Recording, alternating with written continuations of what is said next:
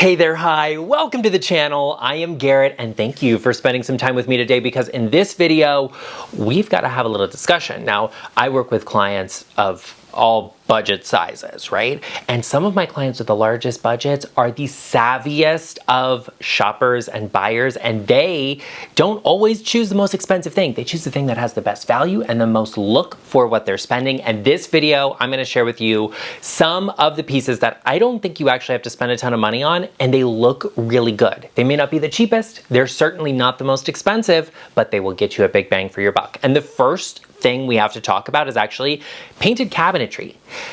Cabinetry is so, expensive. It's fixed in place. Even like cheap cabinetry is still expensive. But right now what the trends are is stained wood cabinetry, white oak. Everybody wants it. Everybody loves it. Fantastic, wonderful, great. But when I have clients who are saying like, do you think this is worth it? Or, we don't want to put all of the money into the cabinets. We'd rather put it into great countertops or something like that. I will say painted cabinets are a really good option. Okay, you don't have to pay for as much of the stain and all of that comes with custom wood cabinetry, but you can get a lot of the same detail for less. And if we choose the right color, it will always be timeless. Now, the right color doesn't just mean white, a white kitchen. I love a white kitchen. Gorgeous, stunning, beautiful. But, a colored kitchen can be good too. I like off-whites. I like these like more neutralized mushroom kind of colors, I call them, but also navies and blues. And I have people that love to do, darker colored cabinetry, greens, all of those can be really stunning. And painting your cabinetry professionally, having it painted, okay, let's make sure that's clear. It's also a good way to update older cabinetry that you don't like, or you're just like, it looks a little tired, it looks all this. Having your cabinets painted by a professional, they are going to last you. They're going to be good. If it's done right, if it's done well, there shouldn't be any big issue with it. Now, if a client comes to me and they have really good quality and beautiful cabinetry and they're like, oh, we don't know, we're just tired, like, should we do something with it? I usually don't recommend just going and painting them or even redoing them. There's lots of things we can do in the surrounding areas that are going to revitalize them and update them, whether it's in a kitchen or a bathroom. A really good quality material or finish is that thing, and we can always make it work and look a little bit better in that space. It might be the hardware, the countertops, the paint color surrounding it in that room. All of those things could be adjusted and tweaked to really revitalize that space. One of my tips, my key things I love to do in a kitchen. I love a big oversized vent hood. A stunning industrial style oven of some sort is always a good look, and then great light fixtures. They add so much personality and detail into a kitchen and make it look much more custom than it otherwise would. Those are some really good places to look at splurging a little bit on your budget and save by maybe opting for painted cabinetry instead. While we're on the topic of adjusting the surrounding elements in that kitchen to, update it and renovate it, countertops. That's always a big conversation to have. It's a big, high ticket item in your budget when you're renovating, but it doesn't always have to be that incredible, expensive, over the top thing.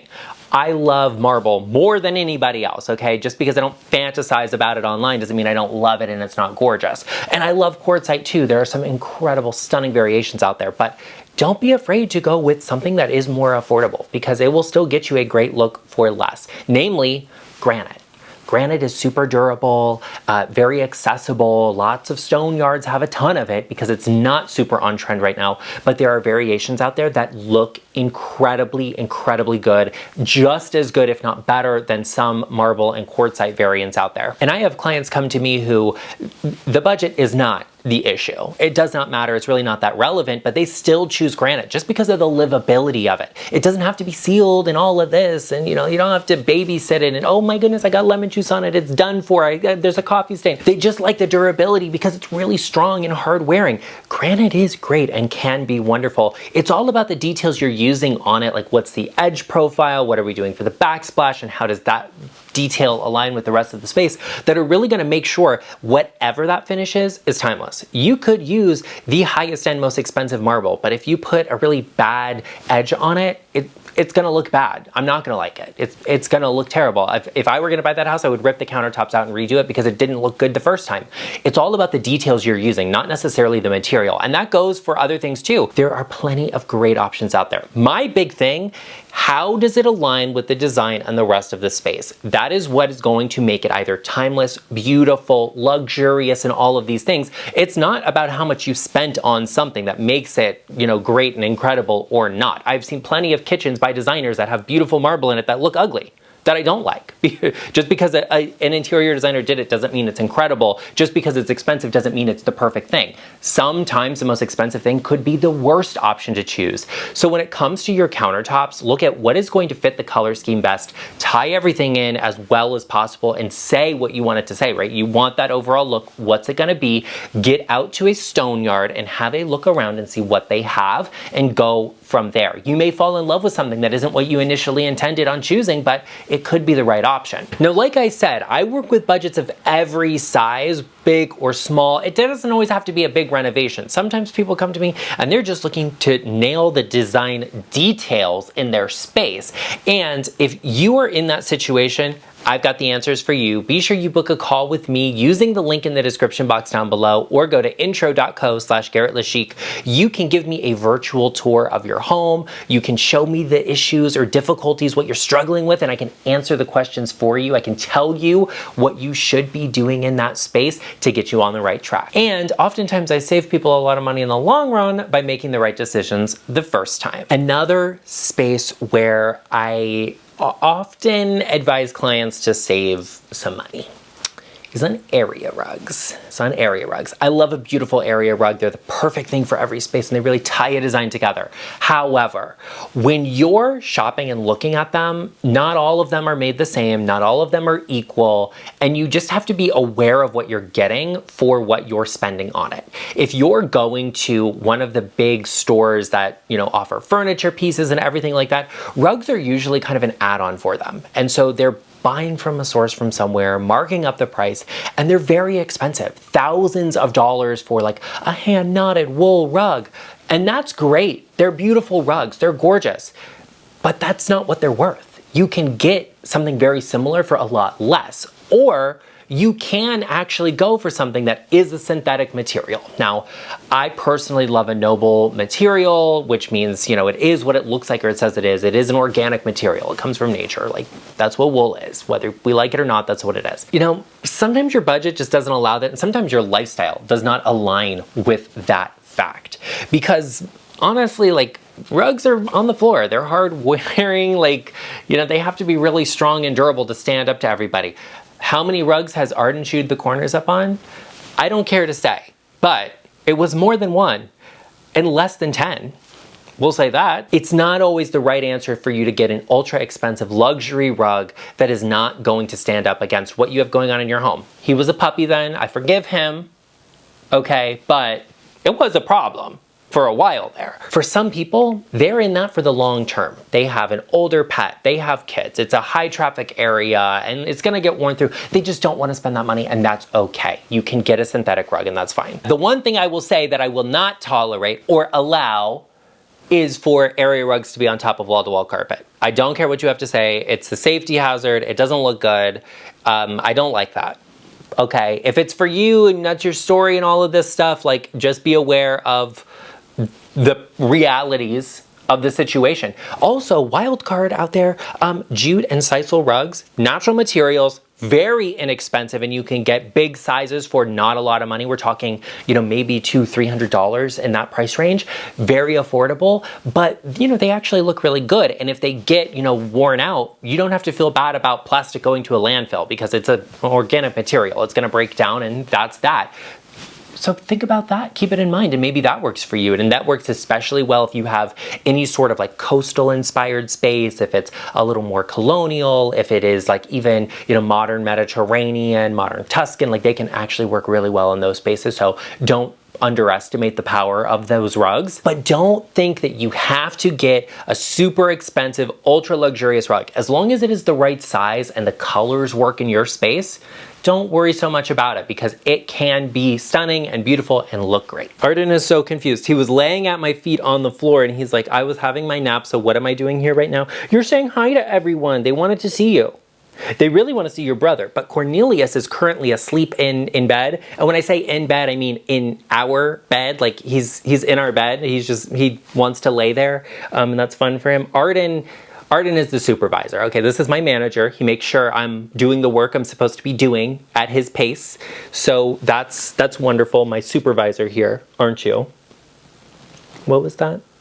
He said, well, actually, he was like, he's going to file a complaint against me because I forgot to say subscribe. Join us, become a part of our GarrettLeChic family. Take a moment, hit that subscribe button. You can also pull out your smartphone and scan this QR code right over here, and it will take you directly to the channel page where you can join us. I'd greatly appreciate if everyone watching, whether you're subscribed or not, hit the bell notification and set them to all so you get notified every time I upload. And give this video a like. I'd also appreciate if you gave it a little bit of hype to get it shared across the platform so everybody could learn about what are some things that are just not worth the money and where they could save and still have their home look stunning and gorgeous and beautiful. And I might recommend, getting a Cavalier because they're the perfect thing to just sit around and monitor and watch what you're doing in your home. But look at how stunning he is. Look at this. Look at how gorgeous. Okay, love that for you. Do you want to go back to your nap now?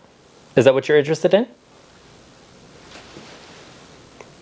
Interested in staring off into space. Look at that ghost. That's probably what's happening. Okay, I'm gonna lay you down here very gently. There you go. Okay, a little belly rub. Pat, pat, pat. Okay, we're good to go. Next topic. Now, something else you can do to your space that is actually a little bit cheaper than some other options, but still gets you that wow factor is actually wall paneling. Now, this doesn't have to be, inset panels and all of the luxury, expensive, and everything like that. You can do a lot with wall paneling and some interesting details and spare yourself on spending on some of the more higher end, very expensive details. Wallpaper, for example, incredibly expensive, looks gorgeous, but can be very high end. You have to buy the paper and have it installed. You may have to have a lot of prep work done. That could be really, really expensive, time consuming, difficult to do in your space. You may just not want that. Maybe you want something more modern and wallpaper isn't that thing. That's okay. Wall paneling might be that option, like horizontal stripes could be stunning in paneling. Slapboard in modern design is very, very popular right now, but also if you have a house that maybe you're like, Garrett, it's not really modern, it's not really traditional, it's somewhere in the middle, like what do we do here? Applied moldings, even a chair rail molding, some crown molding, they are all good options as well, but applied molding would be kind of considered paneling. That's where you have, frames on your wall. It's like a French style.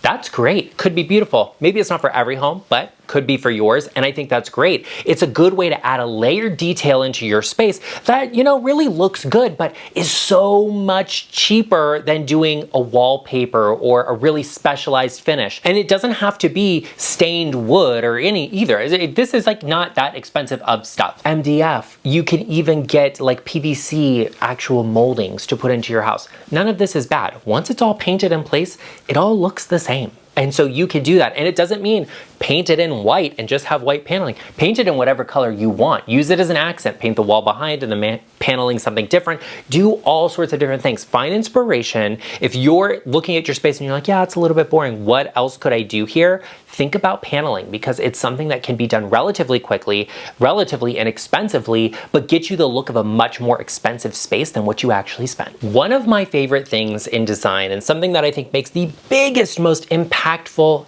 difference is artwork. I love big, oversized art. I love gorgeous art. Art is art. Art is about what you see in it and what you like in it. How you can save money on it is getting prints instead of, maybe, one-off original pieces, or getting prints instead of just getting generic box store artwork. And the reason I think this is better is because one is there's just more customization and sizing with this. And it's very affordable, but you can also support a small artist, someone that is just trying to get their, foot in the door. They're trying to make it happen. They want to just do something, okay? They have a passion and a talent, and they want other people to enjoy that, and they want to share it with the world. Okay, love that. So much respect for that, genuinely. But buying an original piece is very expensive, and a lot of the best artists in the world, or the most successful, they don't actually even sell their original art. They may do it, and then they have like lithographs or seriographs done of it, and they never sell their originals. And that's okay too. But getting art prints is an easy way for you to choose the size of art. Because even if you go to a store that sells home decor, the art is fixed in its size. It is the size that it is sitting on that shelf. You don't have a choice about it. You're only limited by the size of that roll of paper that it's gonna be printed on. You order it, comes in that size, and now it's up to you to get a frame for it. But if you choose a standard size that's larger, most art supply and craft stores will actually have frames in that standard size, or a poster frame or whatever, to actually fit it. And that's wonderful. There's plenty of places you can get that. I love Etsy for small shops and businesses of all sorts. You can get artwork from there. Fine Art America is a great place where artists will actually sell you their own artwork, and you can choose prints and the type of paper you're using and all of those things. Just because you cannot afford big, expensive, one-off artwork does not mean that you can't have something interesting. And it doesn't mean that that's the first place you should be spending your money at either. I have artwork that was very expensive. I have artwork that's kind of in the middle of the road there. And actually, budget is a matter of perspective, in my opinion. So was it cheap? No. But is it the most expensive? Like, no, I have stuff that's more expensive than that. Anyway, beside the point, it's all about what do you see, what do you like, and what is going to fit the space best at your budget. So don't just sit there and be like, well, because I can't buy the original one-off oil painting, I can't have that. Most oil paintings today that are made are very small. They're not these big, oversized, stately pieces unless you custom commission that, which you're talking about like buying a car sometimes, okay? It's expensive. So if you're gonna get a really little piece, yeah, maybe that's more budget friendly, but maybe just getting a print will get you that bigger piece and that look you like for a lot less. And also, don't write off photography. Photography is a legitimate form of artwork, okay? It just depends on what is the context of it. Do you like it? Does it fit your space? Don't think that just because you can't spend oodles and oodles of tens of thousands of dollars on artwork, you can't get beautiful pieces that will fit your space and look gorgeous. And the great news is you don't have to live in a mansion or a huge massive house to have a beautiful one. Check out this video right here all about decorating average homes and making them stunning. And I will see you over there.